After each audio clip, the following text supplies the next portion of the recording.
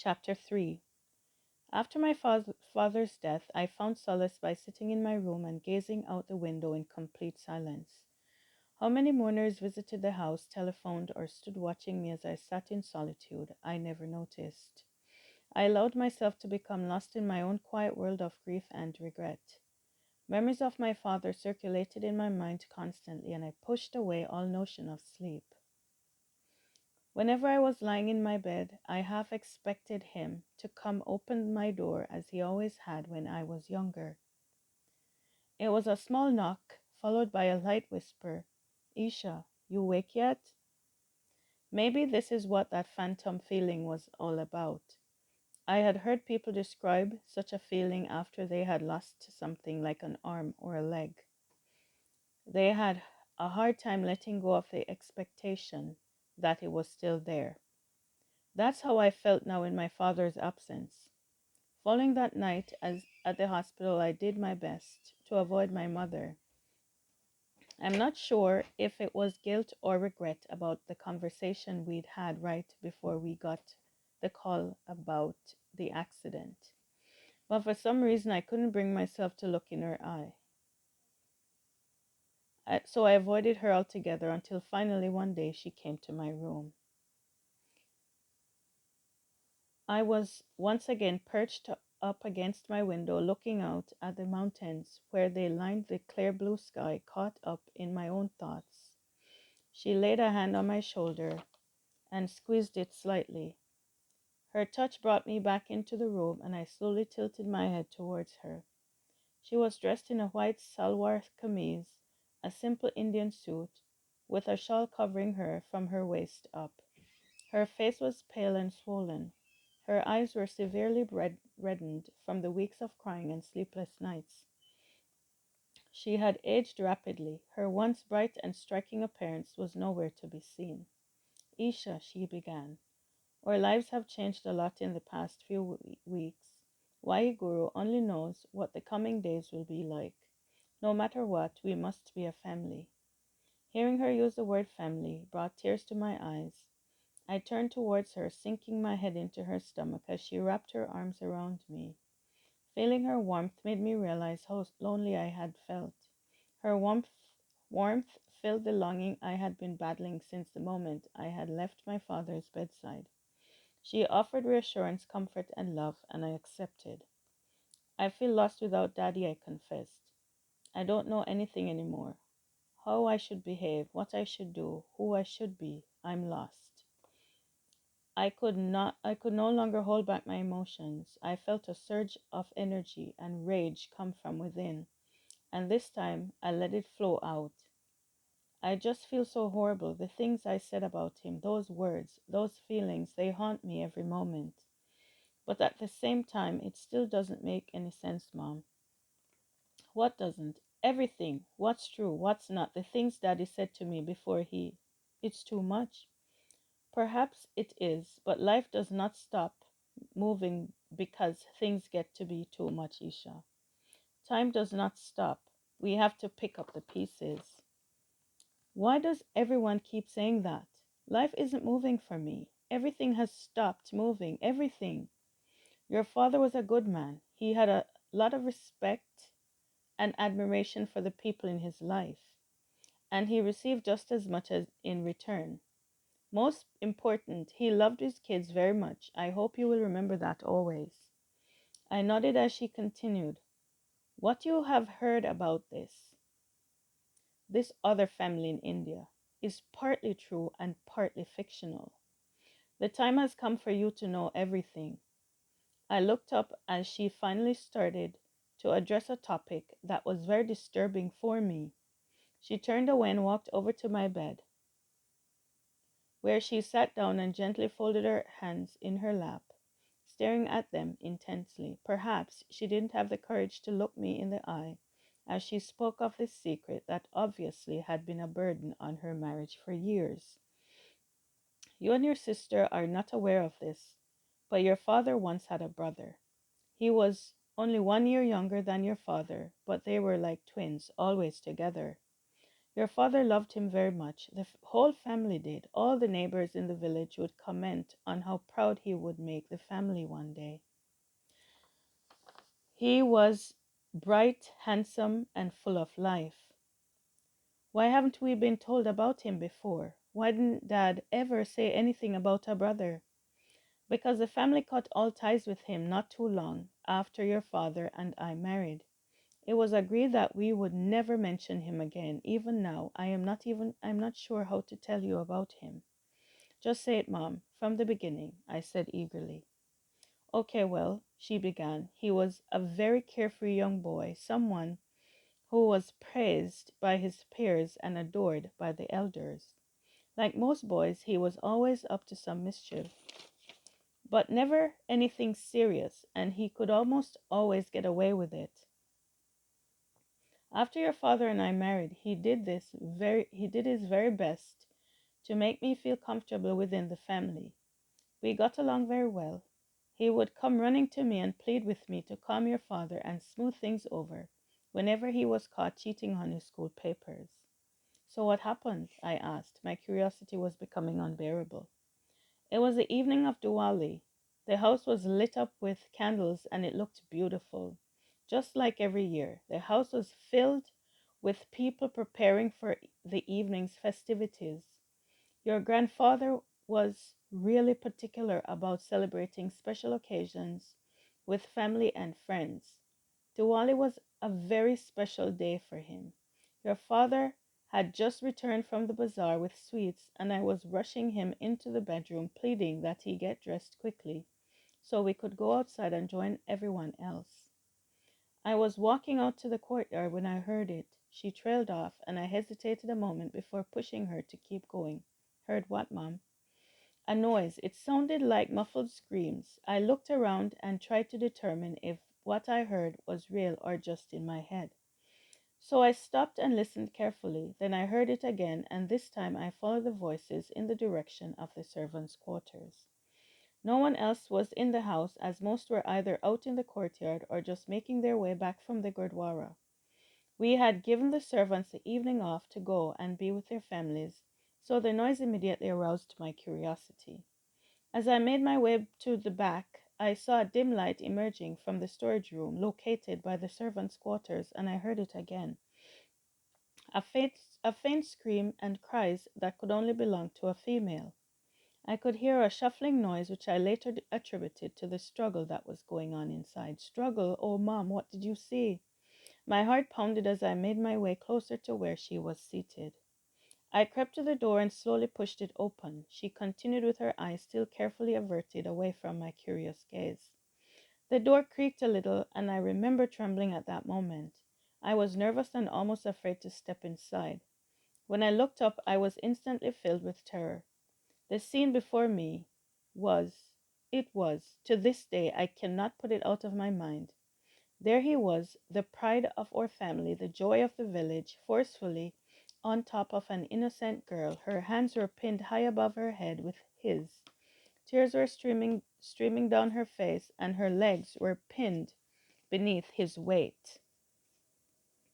Her clothing had been stripped off. The sight was so disgusting. I screamed and I screamed. I yelled at him to let her go. I was so shocked and so hurt to see him in such an act. I could not believe what was happening right before my eyes. Oh my God. Oh my Mom. What did you do? So at this time, I just want to pause a little bit and talk about an instance of situational irony in the text. So here we have Isha's father, Isha's uncle, who was the pride of his family, and people always said that he would make the family proud one day. Here he is in an act, a very disgraceful act, raping one of the servants. So this is situational irony because his life turned out different from what they had expected. Also, I would like to mention here that there's a theme of loss emerging from from the death of Isha's father and her overall view that she lost a whole year being angry with her father, and she's come to recognize that she will never be able to get those years back. So let's continue. What else could I do but try and stop him? I ran to him. I started pushing him away. I just threw myself at him. I was hysterical. I cannot forget how he just looked at me. There was no sadness or remorse. He just stared at me as he blocked my attacks. Eventually, he managed to push me aside, got up, and walked away. He never once turned around. He just simply walked away. So, here I'd like to point out as well that the reaction of the young man to his actions and to being pulled away from the young woman is indicative of most situations where we have the oppressed and the oppressor. So, clearly, Isha's family, when they were in India, they were from one of the castes that were wealthy. You know, they had servants and so on. And the fact that this young woman is a servant, Isha's uncle didn't see her as having any worth. And most times, in order for people to take away someone's humanity, someone's rights and dignity, they have to perceive them as being less than humans. So this is a scenario here. So that's why he doesn't seem to be reacting in a way that would indicate that he believes that he has infringed on another person's humanity, another person's right. He feels justified in his actions because, after all, to him, she is just a servant. Moving on.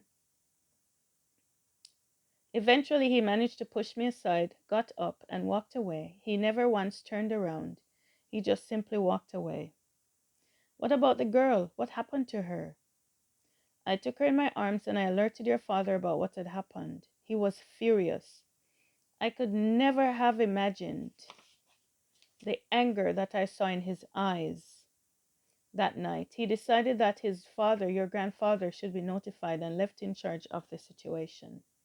In the end, it was decided that Jeet would marry that poor girl. She was so traumatized by what had happened, it was clear that she was terrified about the uncertainty of her future. She was scared as most, she was scarred as most women back then were. There weren't many options for female victims of rape then. Her life was ruined by Jeet's moment of lust and insanity.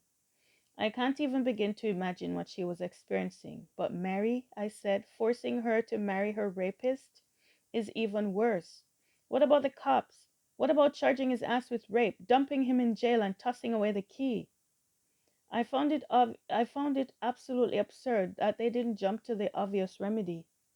Oh, Isha, back then things were done differently, she replied, waving a hand. Families tried to salvage what they could of their honor. The girl's father was worried that no man would marry her if the ordeal was made public. Also, a few weeks later, it was learned that she was pregnant. Marriage was the only way to save both families. I seriously don't agree, but okay, what happened next? I imagine things didn't go as planned. Otherwise, why would I find a wedding picture of Dad and that woman? That was her, wasn't it? Jeet wasn't pleased with the idea of marrying her. He protested against the will of the family, and the night before the wedding, he ran away. He ran away? Yes, and this posed a serious problem for your father. The girl's father was very upset and decided that since the truth would now most likely leak out, he would take things into his hands. He threatened to cause a public stir and defame the entire family. Your father could not stand by and watch the family suffer for a sin that Jeet had committed. So he announced that he would stand in Jeet's place, that he would marry the girl. How was that possible? He was already married to you. Yes, legally he was my husband, and he had already filed immigration papers to come to Canada. No outsiders were invited, just the family conducted a small ceremony to give satisfaction to the girl and her father that her child would have a name. So again, her child having a name is linked to the theme of identity. because, as we all know, a name is what identifies us. It was done to give her some peace of mind after such a traumatic experience. The villagers didn't even know what had happened, so to keep the secret, your grandfather shifted the entire family to Delhi. When your father received his immigration to Canada, he left India and never went back, but continued to send money. Papers were doctored to show that Jeet had in fact married her and the child was his. Wow, that's really messed up. It's a lot to understand. I had a tough time dealing with it, but I had seen the state that poor girl was in. I understood why her father did what he did. I never had any complaints against him. If he hadn't married her, sorry, I understood why your father did what he did. I never had any complaints against him. If he hadn't married her and made sure that she would be taken care of, then God only knows where she would have ended up, or if she and her child would have survived. But why was a picture taken of Dad and her? I mean, if Dad just stepped in, why the photo? It was leverage. The girl's father wanted it taken in case our family backed away from carrying out our promise. So to care for her and her son and giving them the family name. I wish you had told me this sooner, Mom. It would have prevented my hostile behavior towards Dad this past year. It would have helped if you had said something sooner. I realized that, but I took an oath and I would never say a word unless your father deemed it necessary. So why now? What difference does it make? He's already gone. I can't correct what's happened in the past year. The way I attacked him and cut him out of my life. It matters now, Isha, because your father wanted you to know. Her voice trailed away as she got off the bed and walked carefully over to the window, staring off into the vast landscape that surrounded us. After a short silence, she continued, before he left us, your father made a request. What kind of request? She turned around to face me now. He wished that I tell you the truth regarding the family in India. He wished that you be the one to travel back with his ashes. He wished that you discover the family in India and that along with the son you travel to Kiratpur and that the sacred place of Sikhs and that you pour his ashes into the river as it has been done for countless Sikhs, including several of our gurus. Isha, your father wished that you try at least once to discover what it is to be a Sikh. That sounded like more than just one request. And what was this about learning to be a Sikh? What did she mean? Travel to India? Me? The idea was laughable at best. I wasn't sure I even wanted to meet that family. Mom, this is too much. I finally objected. What am I going to do in India? And it's such a big responsibility to well, this ashes thing. I've never been to India. I barely visit the Gurdwara here. So what do I know about doing stuff like that? I can't do it, no way. And that family, I'm not even sure I want to meet them. I mean, you just told me all of this stuff now. I haven't even begun to process it. It's too soon. And what about my soccer season? I can't just abandon the team and this is your father's dying wish, Isha. Can't you even try? She said, cutting me off. Just once, try to do something for the father who spent his life working hard to give you this life. For the father who held your small hands and taught you how to walk. For the father who died waiting for his daughter to return. From what? What were you doing when your father was in his last moments? Waiting and hoping that his youngest daughter would be by his side. Huh? Where? I imagine you were out on a cigarette break, right? What? You think I don't know what you are up to? She knew. Don't jump to conclusions, Mom. I was not having a cigarette. I don't smoke. I lied. And don't try to change the subject here. Honestly, I can't go to India. I can't do this. Isha. She walked towards me and placed her hands on my shoulders. I could sense she was shifting her strategy, but I wasn't going to give in. Your father and I have tried not to force you to live life the way we wish you would. Instead, we have always secretly prayed that one day you would find your way back to us. This is a time to carry out your responsibility. You are his daughter. Your father has passed on, but he has made one last request. It is your duty to follow through on that request. You have a whole life ahead of you.